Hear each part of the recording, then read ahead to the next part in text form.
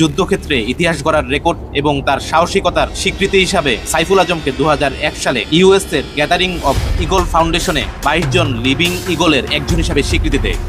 আর সবচেয়ে অবাক করার বিষয় হলো মুক্তির তলোয়ার খ্যাত এই অদম্য বীর পৃথিবীর প্রায় 4টি বিমান বাহিনীতে কাজ করে এক অনন্য রেকর্ড গড়েন। পাকিস্তান, জর্ডান, ইরাক এবং বাংলাদেশের বিমান বাহিনীর হয়ে তিনি কাজ করেন। এই সবগুলো দেশের হয়ে তিনি উড়িয়েছেন ফাইটার জেট। সম্মুখ যুদ্ধে মোকাবেলা করেন ভারত এবং ইসরায়েলকে। তিনি পৃথিবীর একমাত্র পাইলট 3টি আলাদা দেশের হয়ে শত্রুপক্ষের বিমানকে ভূপাতিত করেছেন। কিন্তু হতাশার বিষয় এই যে জীবিত থাকাকালীন এই বিশ্ববিখ্যাত পাইলট ইতিহাসের আড়ালে ছিলেন অবহেলিত হয়ে। আমাদেরও যে এত বড় বিশ্ববিখ্যাত বৈমানিক ছিলেন এই বিষয়টি এই জেনারেশনের অনেকের কাছে অজানা। কিংবদন্তি পাইলট 14 জুন 2020 সালে ইন্তেকাল করলেও তার বিশ্ববিখ্যাত ইতিহাস গড়া সব অর্জন অমর হয়ে থাকবে যুগ থেকে যুগান্তরে। এই ডকুমেন্টারিটি আপনাদের কেমন লাগলো সেটি আমাদেরকে কমেন্ট করে জানাবেন। আজ এই পর্যন্তই। সবাই ভালো থাকবেন, সুস্থ থাকবেন এবং নিরাপদে থাকবেন। ধন্যবাদ সবাইকে।